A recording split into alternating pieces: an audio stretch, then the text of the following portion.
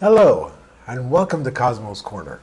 I hope you're having a good day. I know I am, because I'm going to produce a video for you.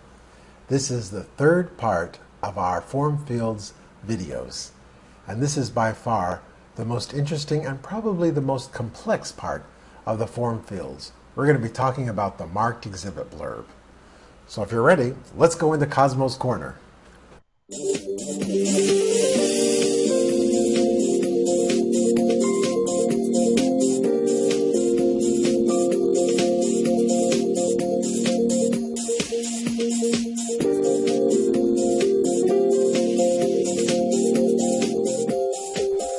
All right, you're now in my Cosmo Corner, and what we're going to do is we're going to open up a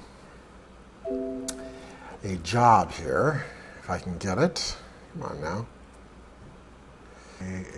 There we go. So this is just one of my play jobs that I've been working with. What I want to do is I'm going to read in my marked exhibit blurb.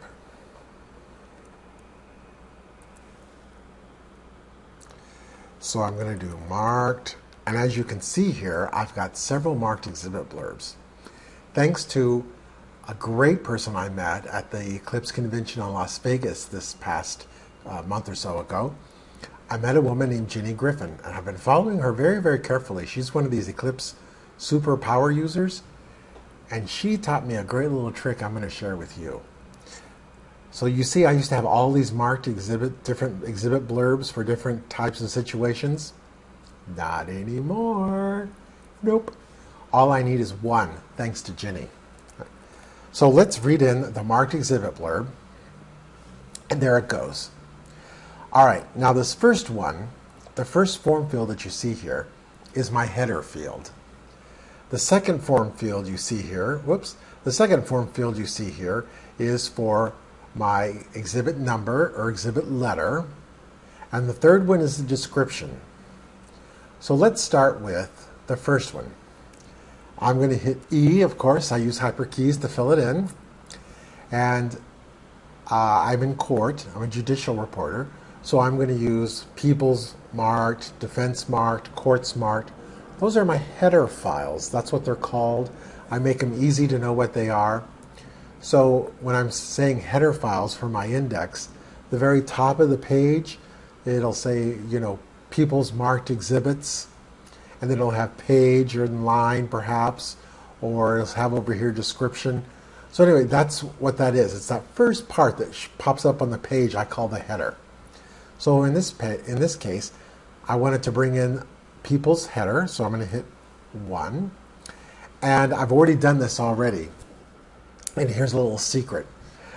This form field I've already, in a couple of other times before this video started, filled in 1 and 2, and it's already automatically prompting me for number 3. This is what's great about this form field, and I'll show you how to do that in just a minute. So let's say it's number 3. And there it is. And now this form field has a whole bunch of marked generic descriptions, which is great if you're on depositions a lot and you just want to put in a generic description, a nondescript description. So as you can see in number 1, map of scene, or number 2, Google area map, or 3, you could put in accident scene. But for our purposes, 911 call. So I'm going to hit 9, that's all I have to do, and enter. And there it is. My marked exhibit blurb done. Now, why is this so great? Because time is money. And if I don't have to type in 911 call or Google aerial map or whatever it is, time is money. So let's read this in one more time, my marked exhibit blurb. I'm so excited I don't have to do I can get rid of all those other exhibit blurbs. But it's going to be reading in my marked exhibit blurb here. There it is. So let's do this one more time. We're going to do People's one more time. This time, you see it's moved to 4. It's asking me, it's prompting me, hey, if they're doing them in order, here's number 4, enter. And let's say it's a Google area map, and there you go. That quick, that fast, that easy. So how does that magic all happen? I'm going to show you. Let's go into my block files here. And my list files are called L. So the first one I want to do is L description. And this is just my generic description of all of my, well, descriptions I can put into my form field for describing what the marked exhibit blurb is. So, for instance, 1 at is map of scene, 2 at Google Area Map, 3 at, and then you can just start filling in whatever you want for your generic exhibits to be described. It's quick, it's easy, no fuss, you don't have to type, bang, it's done. This is really good too if you're in court and if you can get a copy of the exhibits or from the people or from the civil attorney and the defense attorney, the combined list of the exhibits. And if you can, I used to do this, I used to scan it in and then just cut and paste all the exhibits right into this what I called my marked description. And I would scan them all, cut them all, and paste them all right into here. It was very quick, and then guess what? No typing, nothing whatsoever. Quick, easy, painless, and done. Time is money. So anyway, that's how you do this. So whenever I hit 1, it brings in map of scene. When I hit number 2, it brings in Google Area Map. Very quick, very easy. So then how do we get to this? So we're going to open up my generic marked, and here it is. So this is my generic marked, what I read in. This first form field right up here is my header file. And this is where this one comes in, where it changes the numbers or it changes the letters for you automatically. You can see in here I could name my form field if I wanted.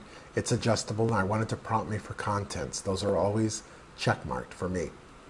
But here's the thing you want to make sure you have in your variable. And thanks to Jenny Griffin, I didn't know you could combine the two, but you can. I used to have separate exhibit blurbs, but not anymore. So I have P for people or plaintiff, and here's the key, NUM, num, and it has to be in all caps. And then the same for defendant is D, and then alpha in all caps. So you just want to have a little space there between the two, and that's what triggers that 3 to 4, 4 to 5, A to B, B to C. And if you had a huge case, it would, in number-wise, it would just keep going. That's not an issue. But if you're doing letters, once you get the Z, guess what it does? That's right, AA, BB, CC. I mean, it's a dream. You got to have it. So that's all there is to the marked exhibit blurb. It's rather complicated. There's a few steps to set up, but that's the way it is. So thank you for joining me here in Cosmo's Corner. I hope you get to use this. I hope you get the time to incorporate it. You're going to save yourself a lot of time, headache, and aggravation. See you next week.